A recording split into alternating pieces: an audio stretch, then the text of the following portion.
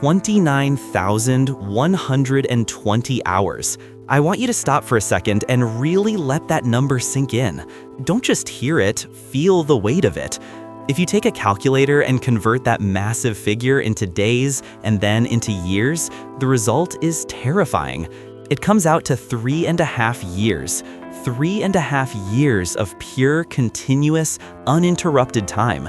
That is not time spent sleeping. It's not time spent eating, showering, working, or commuting. That is 3.5 years of waking life where I wasn't really living. I wasn't building anything. I wasn't loving anyone. I was simply existing in a state of suspended animation, staring into a glowing 6-inch rectangle. This is my actual calculated screen time over the last 10 years.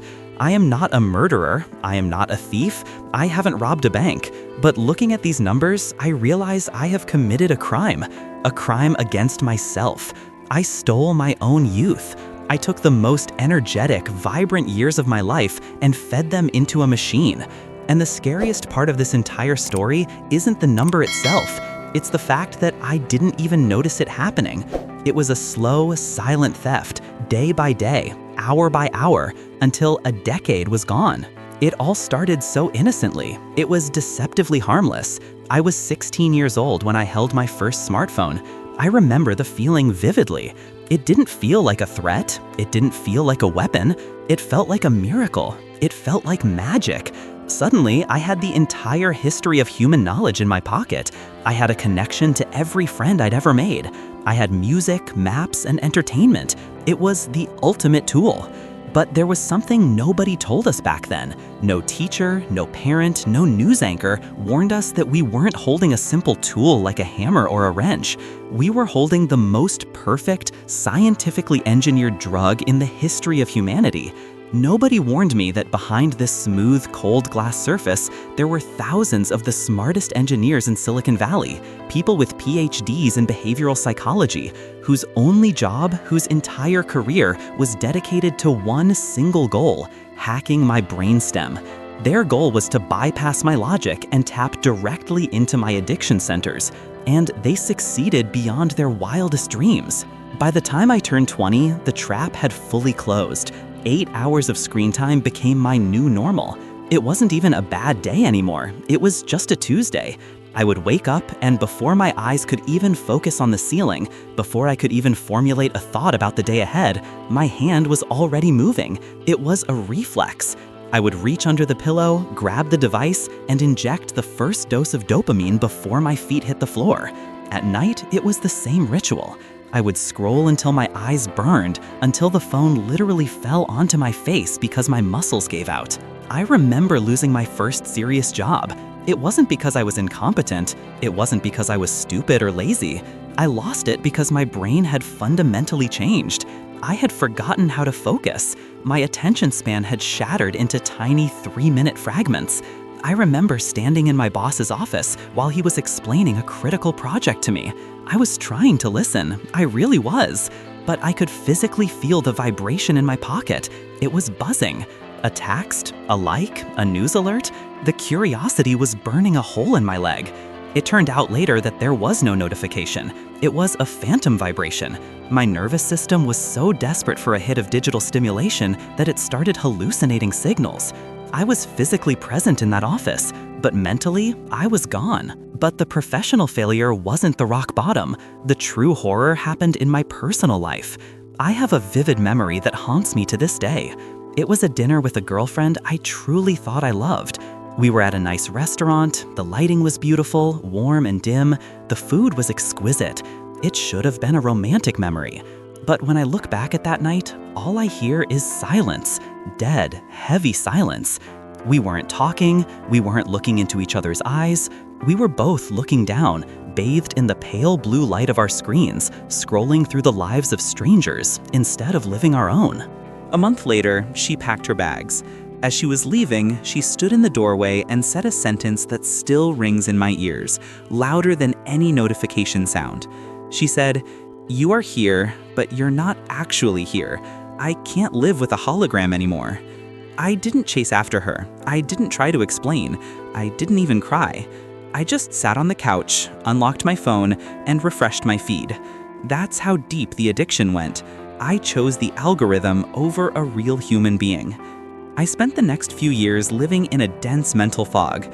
I hadn't read a paper book in 5 years. I simply couldn't get through a page without checking my phone.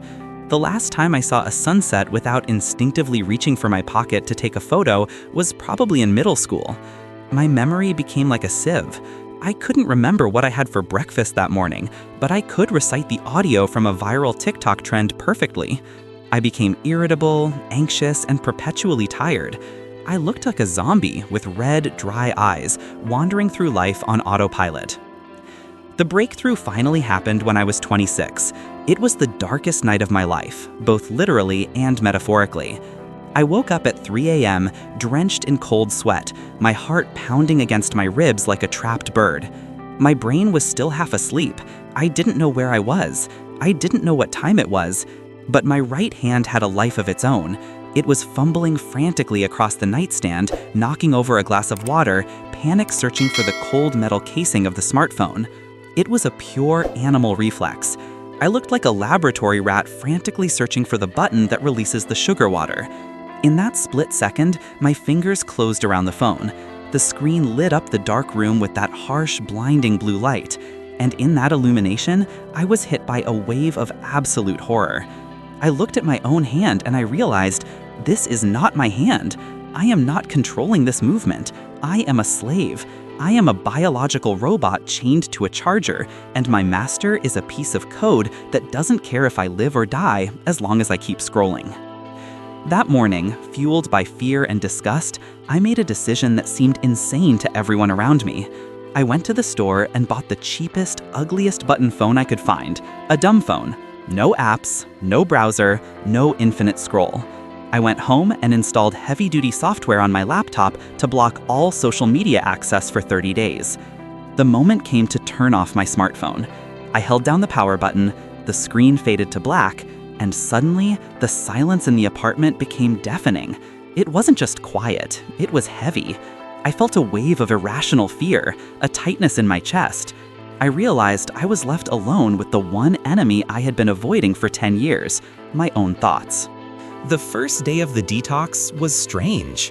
It was marked by a deceptive sense of euphoria. I woke up without the jarring sound of a phone alarm. I walked to the kitchen, brewed a cup of coffee, and suddenly realized I had time, a massive amount of empty time. Usually, I would spend the first 40 minutes of my day lying in bed, doom scrolling through bad news and memes. Now, that time was just there. I drank my coffee, I looked out the window with the gray sky. This is easy, I told myself as I walked down the street. I looked at people in the subway, hundreds of them, heads bent down, necks craning, eyes glazed over, tapping on glass. I felt superior. I felt free. But I was naive. I was incredibly stupid. I didn't know that my brain was just in shock. It had been deprived of its usual dopamine supply, and it was simply waiting, gathering strength for a counterattack. On the second day, the euphoria evaporated completely. My body declared war on me. It was visceral. Every 5 to 10 minutes, my hand would twitch violently toward my right jeans pocket. It was an involuntary spasm, like a nervous tic. I would slap my empty pocket and feel a sharp spike of adrenaline, a micro-panic attack. Where is it? I lost it. Then I would remember. I didn't lose it. I gave it up. But my nervous system didn't understand that. The worst part was the phantom vibrations. I swear to you, I could feel the phone buzzing against my thigh. I would stop walking, check my leg, and there was nothing there. My brain was hallucinating. It was so accustomed to the constant electrical stimuli of notifications that in the absence of real signals, it started generating its own. I was ghost hunting my own device. Day 3 was absolute hell. This was the peak of the withdrawal. My brain was howling. It was screaming for dopamine. I became unbearable to be around. I yelled at my coffee machine because it was brewing too slowly. I paced around my small apartment in circles like a tiger in a zoo cage, feeling a physical itch under my skin. I was bored. But it wasn't normal boredom. It was a nausea-inducing, suffocating boredom. At one point, in a moment of weakness, I walked to the drawer where I had hidden my powered-off smartphone. My hands were shaking. My finger hovered over the power button. I was bargaining with myself. Just 5 minutes, just one check to see if anyone emailed me, just one scroll. In that moment, I was ready to betray my promise, my dignity, and my goal just to make the itching stop. I don't know what force stopped me. Maybe it was the memory of the 29,000 hours. But I grabbed the phone, threw it back into the drawer, slammed it shut, and ran outside to gasp for air. By day 5, the acute physical symptoms, the twitching, the phantom buzzes, began to fade. But they were replaced by a much more formidable enemy, the Great Void. You see, for 10 years, I had never been truly alone, not for a minute. Standing in line, check the phone. Waiting for the elevator, check the phone. Sitting on the toilet, check the phone. I had filled every single second of downtime with digital noise. Now the screen was gone. The noise stopped, and the time stretched out like bubblegum. An hour felt like a week. I sat on my couch and stared at the white wall. The silence was so thick, my ears were ringing. And then the thoughts came. The thoughts I had been running from for a decade. Fears about my future, regrets about my past, questions about who I am. I realized then that the phone wasn't just a toy. It wasn't just entertainment. It was anesthesia. I was using it to numb myself to the reality of my own life. I used the phone to kill time, but in the end, time was killing me. But then something shifted. On the 7th day, a miracle happened. I woke up, and for the first time in 10 years, I felt alive, truly alive. Usually, my mornings began with a heavy head, dry eyes, and a feeling like I had been run over by a truck, a digital hangover. But this morning, I opened my eyes 5 minutes before the alarm. The room was flooded with light.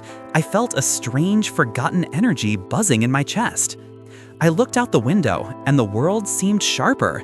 This isn't a metaphor. The colors actually looked brighter. The contrast was higher. The brain fog that had clouded my mind for a decade had lifted.